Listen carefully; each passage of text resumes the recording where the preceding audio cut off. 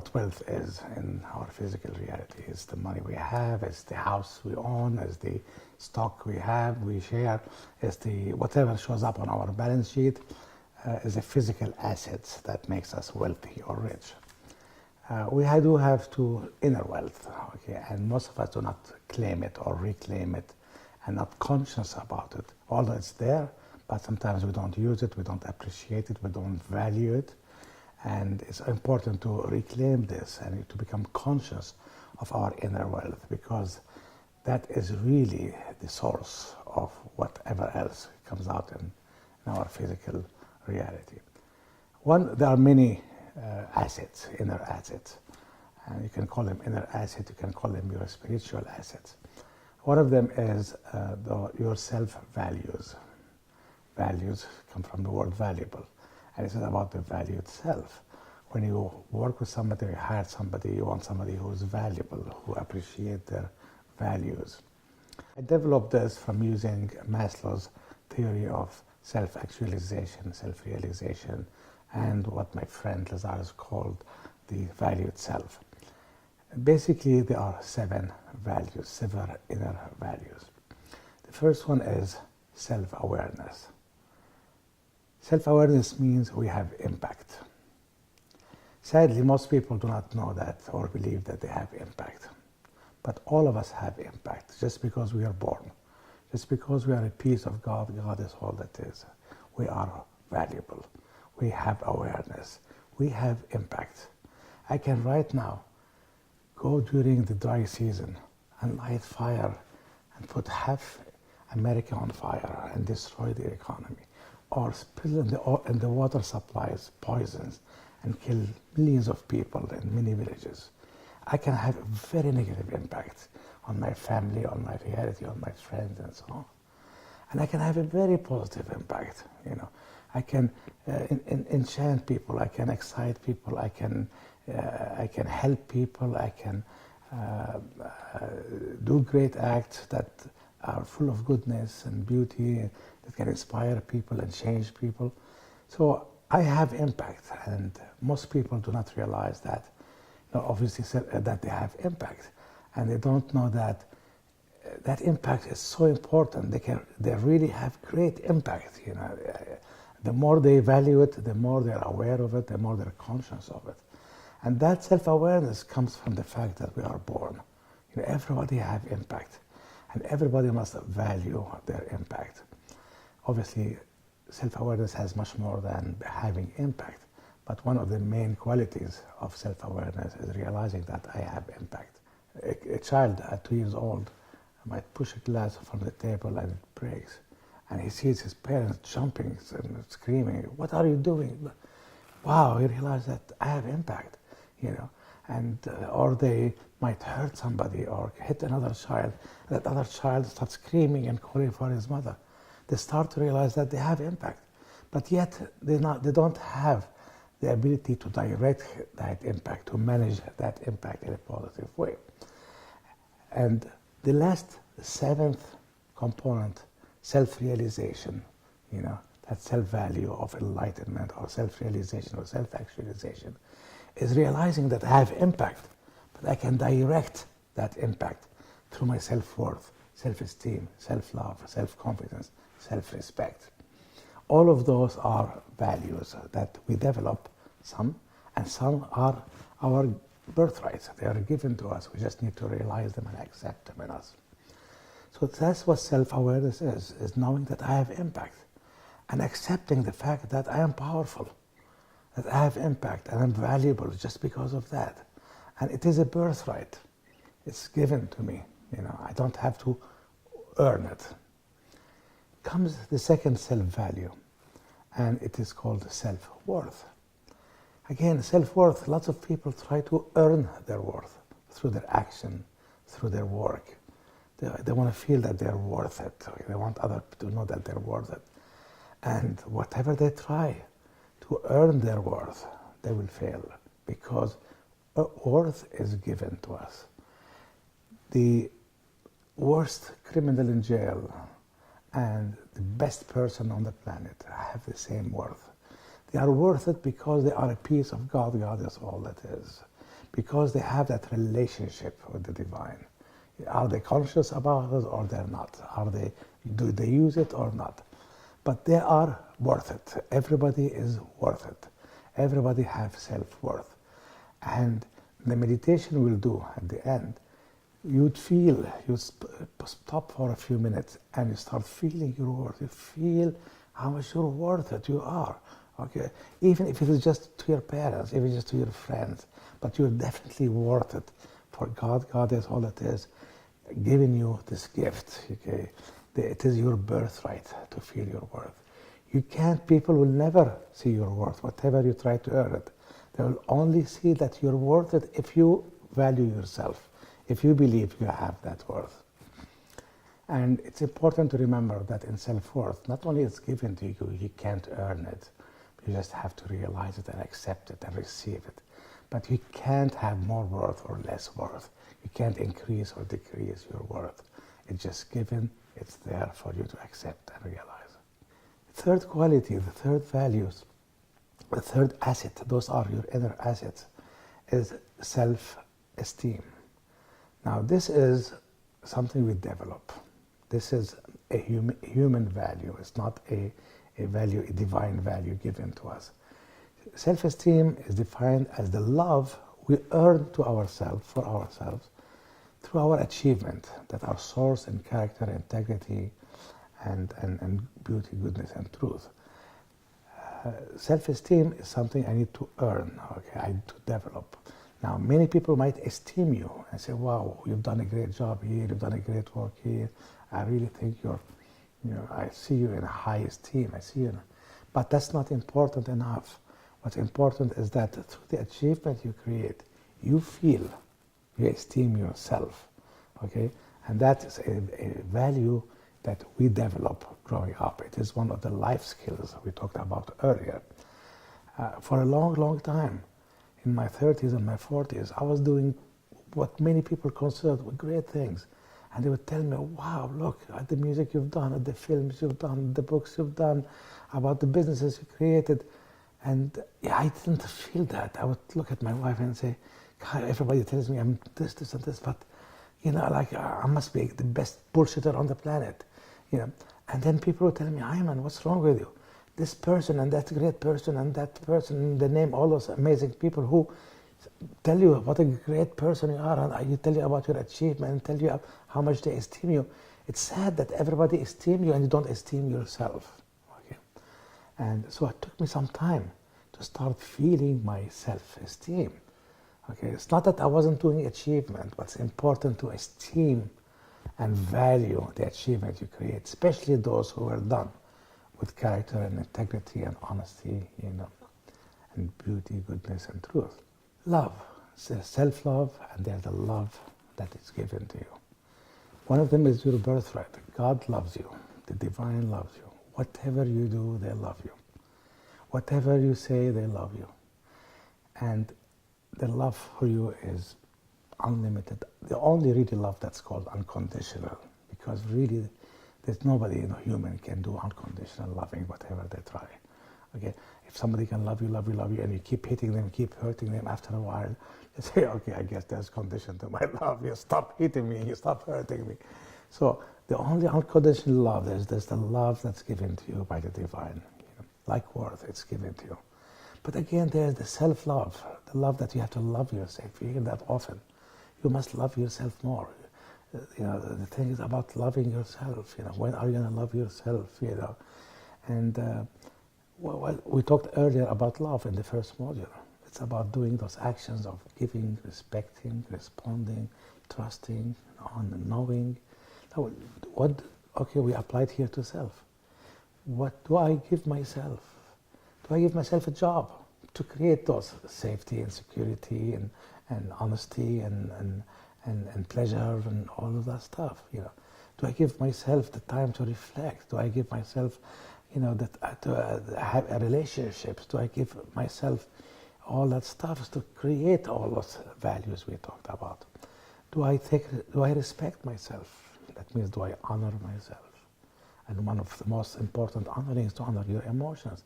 Do I honor my anger, my fear, my jealousies, my hurt, my grief, my love, my joy? Do I respect my emotions, or do I diminish them, discount them, deny them, and are embarrassed by them? How much do I respect myself? Okay, what do I do to, how do I honor myself? Again, responsibility. How do I respond myself? Do I take responsibility for what's going on in my life? And that responsibility that I take, does it create those qualities we talked about? Do I trust myself? It's not about trusting somebody else in case of loving somebody else, but do I trust myself? Do I trust my body? Do I trust my thinking? Do I trust my intuition? Do I trust my feelings? Do I know myself? And does that knowing, create those states of safety and security and intimacy and caring with myself and on and on? Am I intimate with myself? Am I caring with myself? So this is self-love. It's something we work on, like self-esteem. Self-esteem, self-love, and self-confidence. Those three triad, that triangle called is upward, okay? Self-esteem, self-love, self-confidence, as you can see in the slide. Those are what they call the human values. This is something we develop, okay? Those are life skills we develop. Now, the other ones, self-worth, the love that you're given, and self-respect, okay, like self-awareness, they are given to you. You just have to realize them, just have to accept them. And that triangle is downward, okay? Now, you have the divine values and you have the human values. And when they mix together, one come up, one come down, to create this six-pointed star. No, it is not the Star of Israel or the Star of David. It comes much further from Atlantis and Lemuria, and before that from Sirius. It is really a symbol of the Sirius star. That's where all the light, all the consciousness to the universe comes through. So now we have self-love. We move to self-confidence. And self-confidence have to do with something we develop. Self-confidence had to deal with trust, with humility, with courage and hope. Those are the four frequencies. And I love my friend Lazar's equation here. He says self-confidence equal trust divided by humility, cut by humility, so it's real trust, plus hope, and the whole thing in parentheses multiplied by courage. As you can see, when somebody is confident, they trust themselves, right? When someone is confident, there's courage in there. There's hope, right? And if there's no trust, if there's no humility, all of that energy, if the courage is bravado, just go and kill someone and be, and if trust is I trust myself, it's just words, and so on. If trust and courage is not cut by humility, then you end up the equation. You will find out when you play with that equation, and we might play that later on in one of the exercises. You come up with much higher than what self-confidence must be. It's overconfidence, that you're in the realm of your negative ego. So self-confidence is something we develop, and it is an important quality. When you hire somebody, you want to hire somebody who has confidence. You want to hire somebody who has esteem. You want to hire somebody who loves themselves.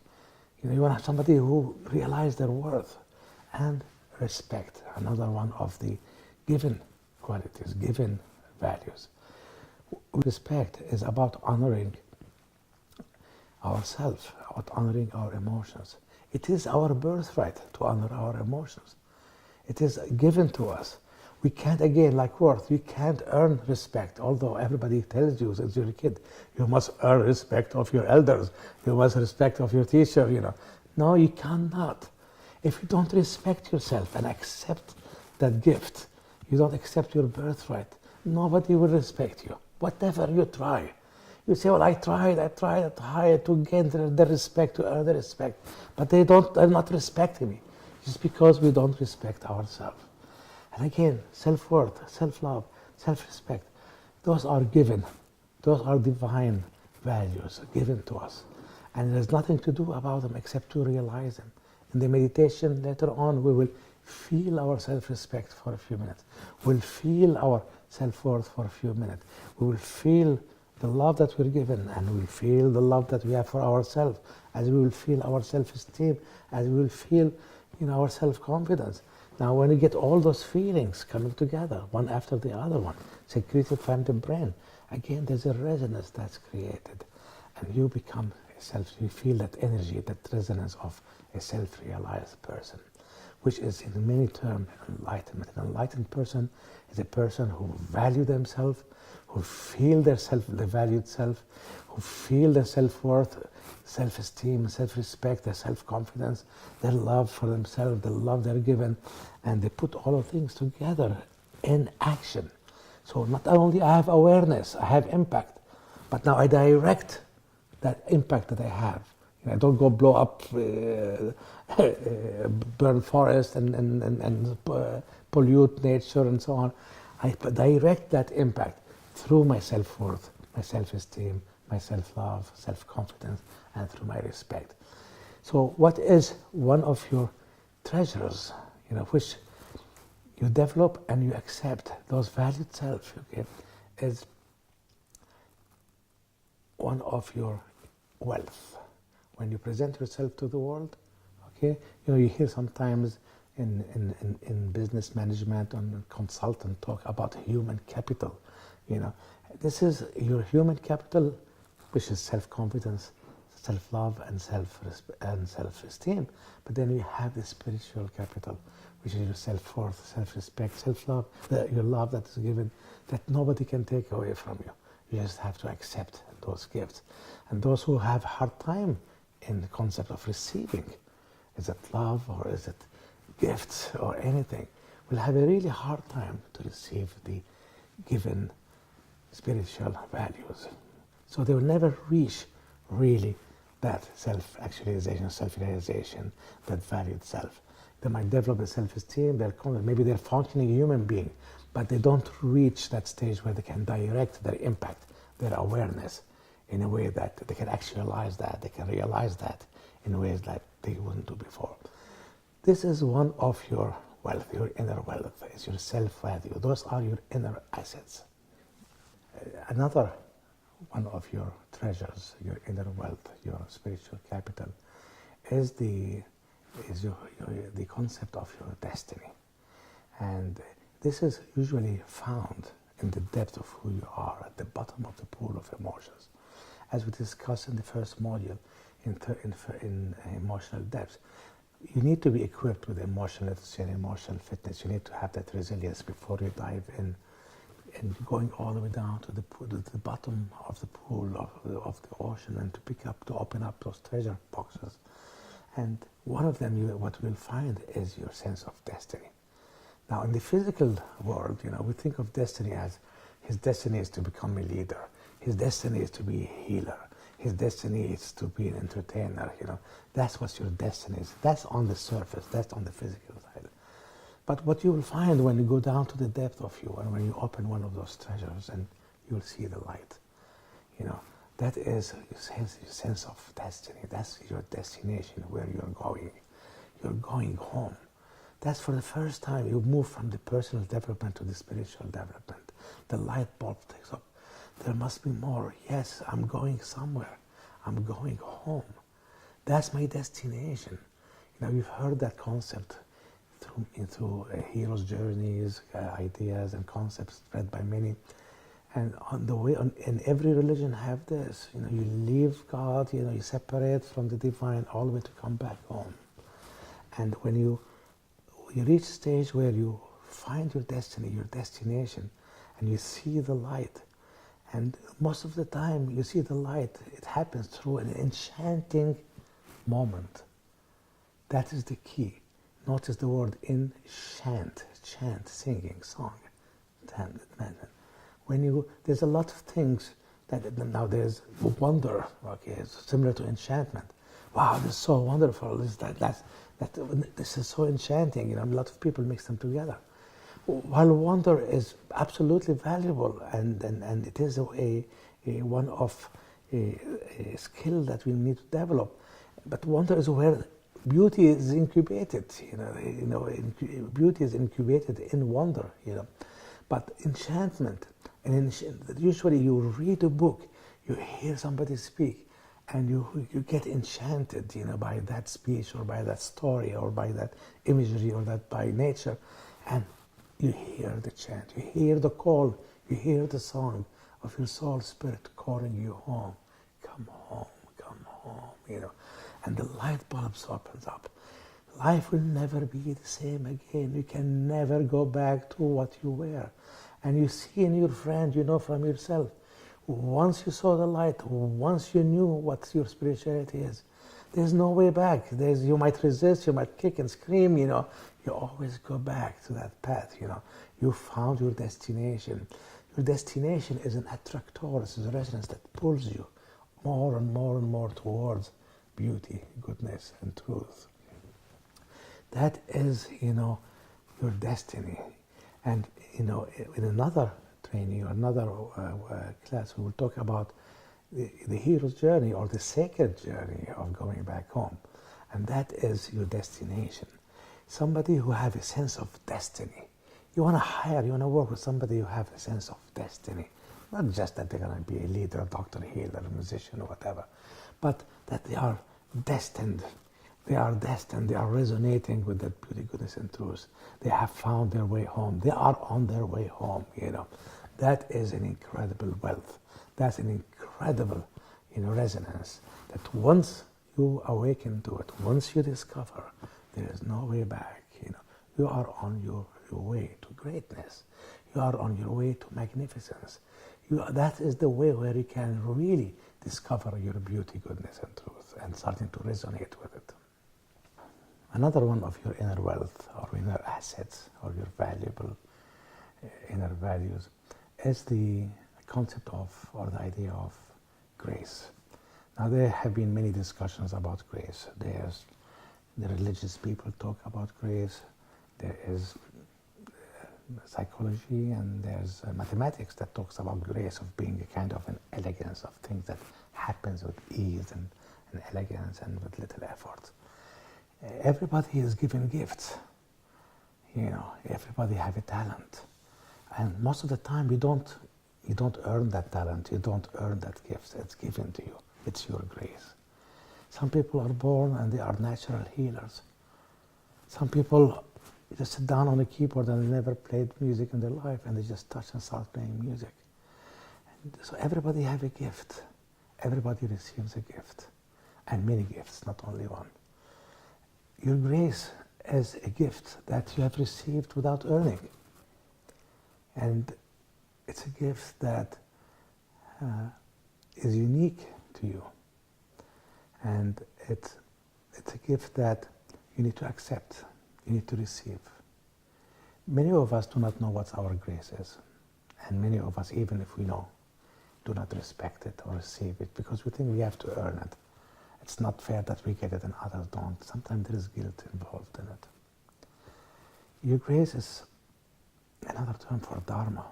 It's what you're here to do. It's you're equipped with this gift to do something. Okay, it's to do your dharma. It is one of the tools you use in what you're here for. And that's why when we talk about jealousy, about lifting jealousy to the discipline of not taking what's not yours, to open up to receiving what's really yours, your gifts, your grace. In my story, since I was a kid, I would sit down next to a piano and I start playing. I have composed 12 albums, sold hundreds of thousands of copies, hundreds of songs. I've never in my life read or learned music. I don't know how to read, I don't know how to write, I don't know how to play with somebody else, I don't know how to repeat any piece of music. Even my own. I don't know how to repeat my songs, I just sit down, put my hand and the music flows. It is a gift. It is my grace, to be able to bring music and joy to the world. Okay, that's one of my gifts, that's one of my dharma, Everybody have a gift. And you need to discover what your gift is. And if you know what your gift is and what your grace is, you need to honor it and accept it and use it. That's how you respect it and honor it, is by using it, without having your negative ego trying to interfere in it, telling you don't deserve it, that you must feeling guilty you have it and others don't, and that you didn't really earn it, Or if you do earn it, wow, you're the best person in this, you're the best healer. Your negative ego will try to sabotage your gift. It will take it away from you. Grace is one of your assets. Is your talent, your God-given talent. When you hire somebody in the real world, you want somebody who have talent. Like you need somebody who have a sense of destiny. That's somebody who have seen the light, somebody who have their self-esteem, their self-confidence, and their self-values, who feels the respect for himself and for others. Because once you feel your respect and accept it, right away you respect everybody else. And you start attracting people who respect you, or people who have respect.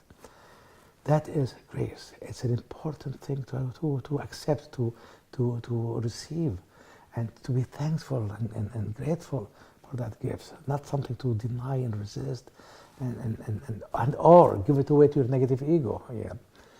Find out what's your gift. Find out what's your talent is, your God-given talent. This is an important part of your inner wealth. Another one of the treasures you find at the bottom of the pool of emotions in your real depth is your integrity. Now, this is a word that's thrown often that it lost its meaning. You always hear it. It's character and integrity, They always use them together. Yeah. And character and integrity are completely two different things. Character, as we see it, is the frequency we adhere to our principles. But integrity is not like about being honest and have morals and doing things the right things way, although they can. Integrity comes from the word integration, from the root word integer. In mathematics, integer is a complete number, is a whole number. Integrity is about oneness. Integrity, the energy and the frequency and the function of integrity is to create the space for many frequencies to integrate together. Not to be mushed together, but to work together as one in a domain of integrity. So integrity is about integrating all the aspects of yourself. A person with integrity appears to you in the world as somebody who is whole, who is complete, who is one with themselves and others, who is transparent, who is vulnerable. He doesn't hide a part of themselves. When he's there, what you see is what you get. That is somebody with integrity. And what are the pieces that you integrate together? And the beginning is you integrate all the aspects of yourself. You are aware that you have many pieces, many parts of you that are alive in you. They're not a schematic, psychological concept. Your inner child is different than you. It's part of you, but it's a different energy within you. Okay? It's part of that integrity. The inner child is alive, and he's listening to everything, and my inner child is alive, and they're listening to everything I'm saying right now. And if they don't agree or they don't like what's happening, they will interfere. Sometimes you hear somebody saying, how come you're acting like a child? It's because their inner child stood up and said, no, I'm going to sabotage this. I'm not going to let you do this. I'm not going to let you have this. I'm not complete. I'm not there. So there are many parts of ourselves. There is the inner child who's alive and active. And he's hurt and in pain and angry and scared. Most of us have not healed our inner child. We have the inner adolescent, our teenager, alive in us, and the growing adults. There is our future self, the person we're going to become. There's our higher self. There's our soul, our spirit. There are many pieces, there are many aspects of ourselves. When all of those are working together, you are a person with integrity. So it's important to put down together and say, what are the different aspects of myself that are always functioning, that are always out there? And when I'm aware of them and I give them a space on the table, I let them speak. I might not act and do what they want. I'm the one who's responsible. My negative ego is part of the aspect of myself. I need to give them a voice. I'm not here to kill them and shut them off. I need to give them a voice. I give them a place on the table.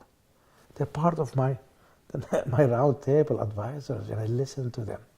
I don't act on what they say, but it's important to know what they're saying and what are they trying to do. You want your enemy, quote unquote, because they're not really your enemy. They just turn negative along the way. You need an ego. Most people think that I want to kill my ego. My ego is destroyed me. You're in your ego. Your ego is nothing but your browser to see the world. It's that energy that translates the outer into the inner. So you need an ego. You can't function without ego. It's like at 2 years old, at the terrible two, as they call it, the children. First, they are one with everything. They don't have separation. Comes the second year. Suddenly, I am baby. My name is this. They started that process of individualization, of separation, of being, they are a unique energy, right? So it's about listening to and being aware and conscious of all the aspects of yourself. Integrate them all, bringing them all with you, on your hero's journey. You need to be aware of all those energies. A person, when in the business world, if you have somebody with integrity, so you want to be with integrity, work on presenting or being conscious of all the aspects of yourself. Sometimes some of them needs healing. Sometimes they need to be listened to. Sometimes they need attention, And when you're presenting yourself to the world, they are seeing the full self, the complete self. They're seeing there's transparency. They can see sometimes the child in you, and they can see sometimes the teenage in you. And they can hear your negative ego, and you're not ashamed of them, and you're aware of them, and you present them all. But you tend to them. You sometimes sit down in meditation and work with a different aspect. Have them on a round table and speak with each one of them every now and then. See where they're at. What do they need? The more you do that, the more you integrate them together. The more you put them together so that they can be working as one with you. Not each one running after their own agenda, trying to sabotage you or getting what they want. So that's what integrity. Integrity is a very important, valuable asset that you have, that you use. But most people it became just a word that's thrown away. Integrity, and nobody really think of it as this is about integration, it's about oneness. As the valued self is your enlightenment, as you have the sense of destiny, as you have your grace, you have your integrity. You are coming to the world, you are presenting yourself, you are acting complete, full, one with all the aspects of yourself. Having that integrity with yourself, that oneness with yourself, is the first step. Before then you can understand and explore oneness with everything. We all have a relationship with our higher self. Now, you can find 1,000 of interpretation of what the higher self is. But in a simple term, for the purpose of this talk, if you look at the trees, as an example about how energy is assimilated, ideally we need light. We're made out of light. We consume consciousness. Consciousness consumes consciousness. Okay. Ideally, I would be able to look at the skies and look at the sun and get that energy in me. But I will burn my eyes, I will hurt myself. I cannot receive that high intensity of light in me right away. I need to downstep that energy. And I need to get the energy in me. The sun hit the trees. It's from energy 10 out of 10. The tree now comes out. And now it has 9 out of 10, 8 out of 10. The tree produced an orange. Now it is 7, 6, 5 out of 10. I eat the orange. So I'm feeding myself, right? Light. But downstepped, so I can handle it. I'm able to receive it and digest it. The same thing with God. To talk about God, it's a lot of the time it's very hard. You've never seen it, you never know it, you've never heard it. nobody can really receive God. It's too powerful, too strong of an energy. You can't really communicate with God. But God downsteps that energy to a higher self, to a higher self, to a higher self, to a higher self, to your higher self. So you have a higher self, which is the highest aspect of what you could become in the physical reality. Your higher self has a higher self. As your higher self has a higher self and higher self, and they all connect together to one higher self, which is God. So a higher self is a downstepped energy. It's a downstep feeling or experience of God. Your higher self is the highest experience you can have as a human being, becoming your higher self. Your higher self is the one that is work with your soul and spirit to create those lifetimes, to direct them, to support you, to guide you, to go through the experience of being human. If you have a relationship with your higher self, you get guidance, you get wisdom. You hear the saying often, you are not alone. It was not meant to be that hard, because we do have a relationship with our higher selves. If we have a relationship with the higher self, like you have a relationship with the person in your life, it's valuable. They support you, they guide you, you work with them, you play with them, you have fun with them. They're not there just to give you wisdom and tell you what to do. You can have fun with your higher self. In meditation, and we'll do a meditation for those who have not experienced their higher self, to introduce the higher self in a form of a person, in a form of light, and in time to be able to have a communication, a discussion, with a relationship, with one of the ultimate relationship you can have. So having a relationship with your higher self is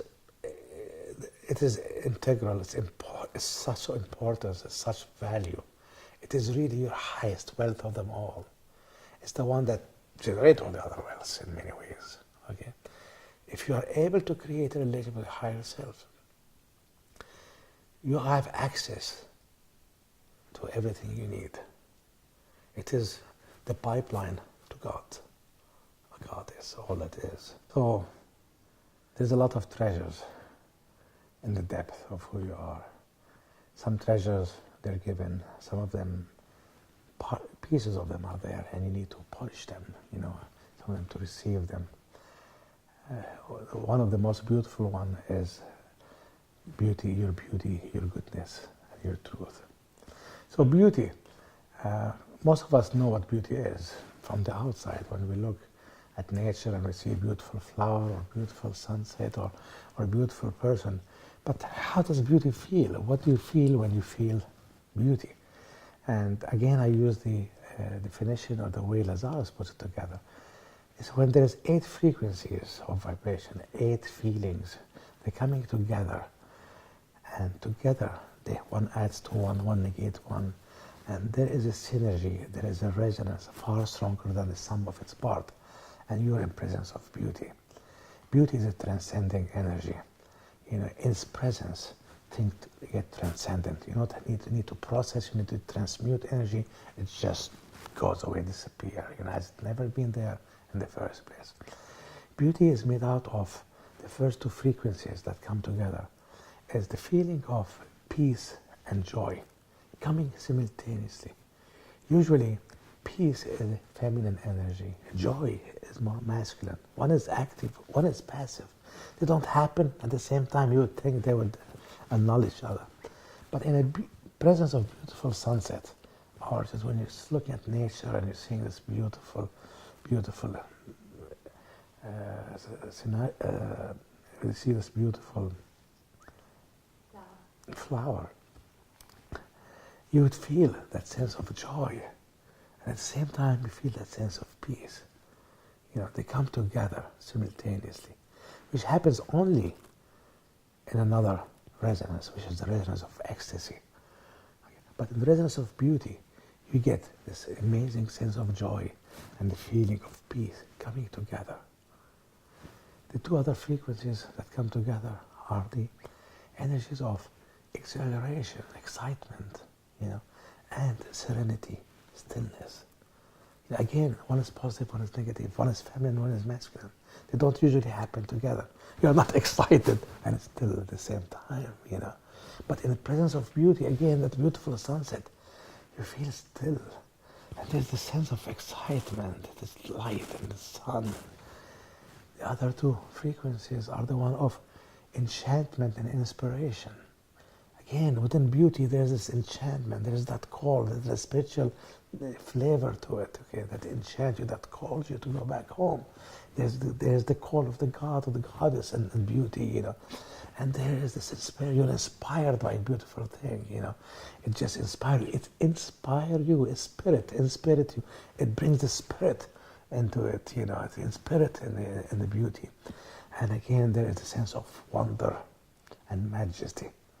When you look at this beautiful sunset, there's a sense of majesty and there's wonder.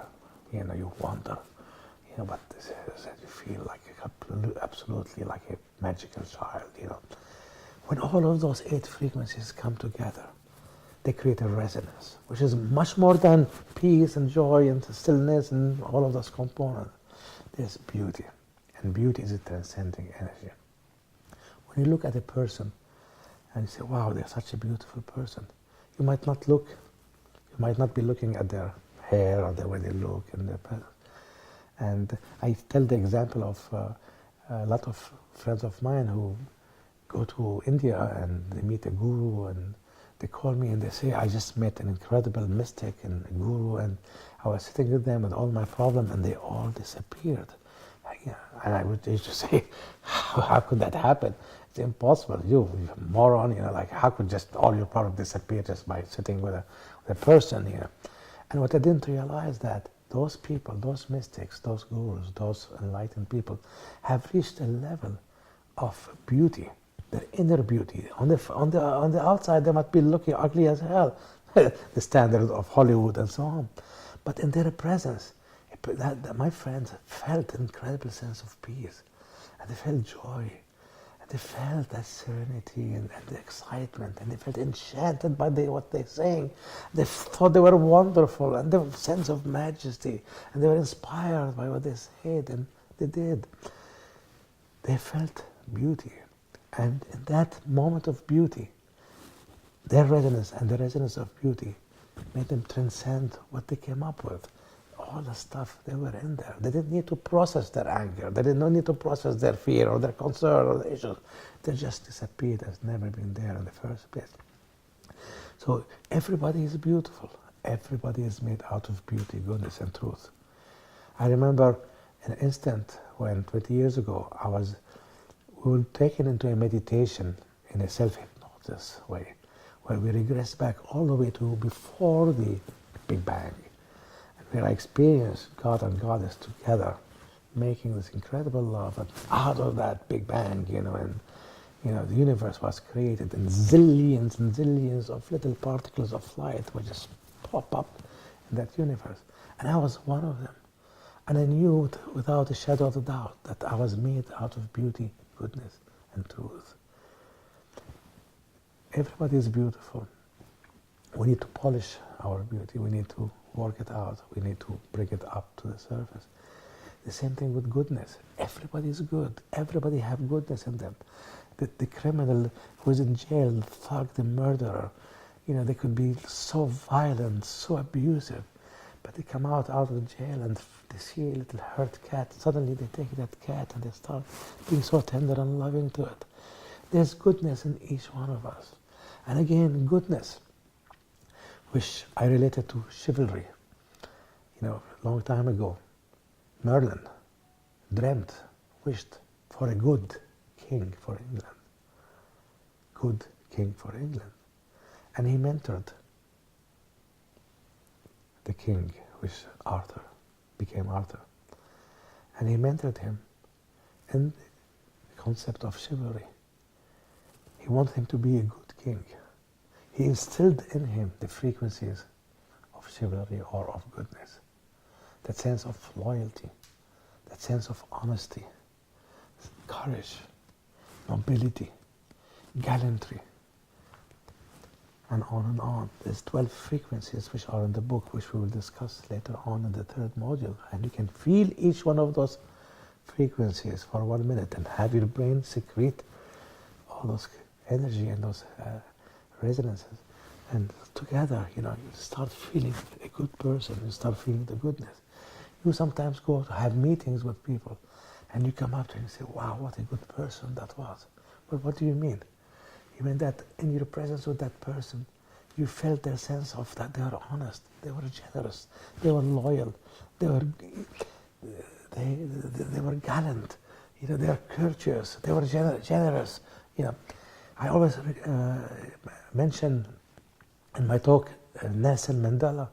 He's a guy who was a warrior, who was a fighter, who was a rebel, and suddenly he goes to prison, and still, out of his goodness, you look at his face on TV. Even if you've never met that person, even if you've never heard of him, you can feel their beauty, you can feel their goodness, and that's are the real qualities of leadership. I mean, you read in business books, the leader must be visionary, a leader must be courageous, and leader must be this and this and that, and those must be knowledgeable and must understand what he's doing and must inspire people. But there's more than that. You can have all those qualities and people will never follow you, the leader. But if you can resonate with your leader or your boss, beauty and his goodness, and you can sense that, oh my God, my leader, my boss is beautiful and he's good, you'll follow them everywhere, And that's why Mandela was able to create peace and that forgiveness between the blacks and the white in South Africa and bring them together. Even the white people resonated with his goodness, with his beauty. They felt that goodness and beauty. And that is what really made him a great leader, and they all followed. All of us have beauty and goodness. And I said the truth earlier on, that wisdom, that we are all made out of beauty, goodness, and wisdom. The merchant priest of all Egypt, the one that started this concept of sacred commerce, the commerce of consciousness, the purpose of their life is at the end of their life. They become more and more beautiful. They worked on their beauty.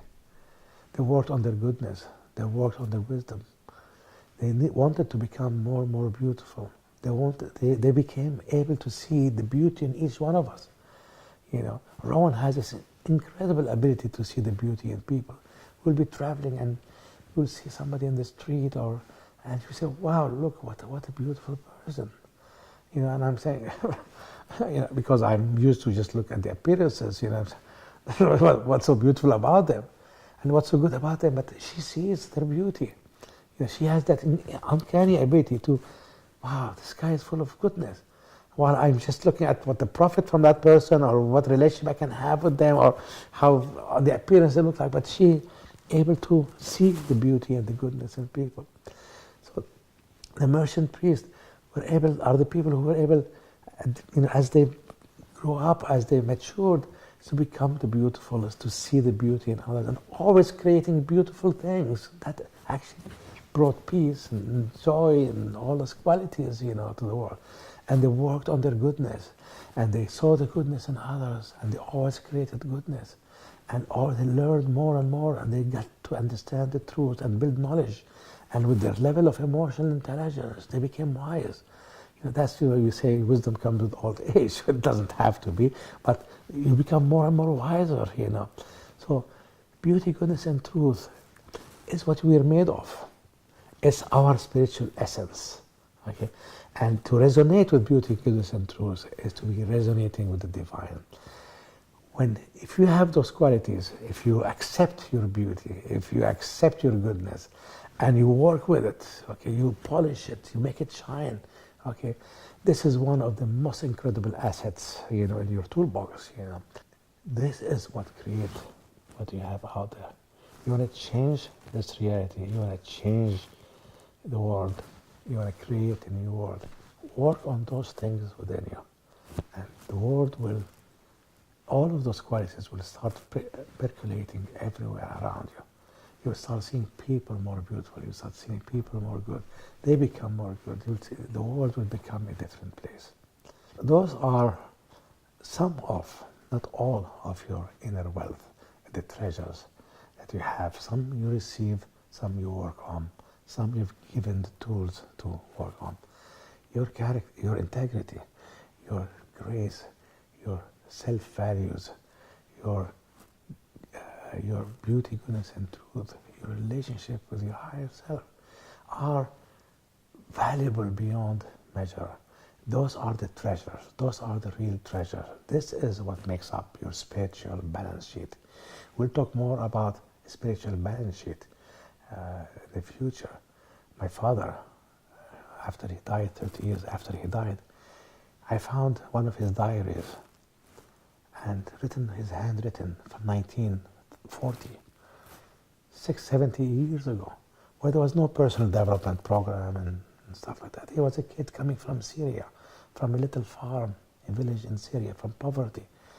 He made it through school and he received scholarships and he ended up at Harvard, one of the first people from the Middle East to go to Harvard. And at 19 years old, 18 years old, he would write in his diary, because he was in a business school, he had created something called my balance sheet. And he would write on the right side, those are my assets. I am good at this, I'm good at this, I have this, but I am shy, I have poverty consciousness, I have this, and that. He created, this is what a balance sheet is the list of your assets and your liabilities. And every 3 months, I would see in his diary a new balance sheet. He recreated it, said, I've dealt with my shyness, I've dealt with my poverty consciousness, I've improved, I became more, I have greater level of communication, my self-esteem is higher. He actually worked a balance sheet, a spiritual balance sheet. Me and my brothers reading this, we were so astonished. We knew our father was a great businessman. He was a very successful businessman, but we never knew any of his spiritual or inner life. You know, he died when we were young. But we were amazed that even at such early age, coming from a little village in Syria, before the world of personal development and spirituality and so on, coming from Muslim background, he was creating his spiritual balance sheet where he had his asset and his liability. Those are our assets. And in the exercises later on, you know, as you work on your assets and you build them up or you build them over the years, and you will have to put in your liabilities too. You know, and you will work on your liabilities, because the balance sheet says assets minus liability is my net worth, you know, is my bottom line.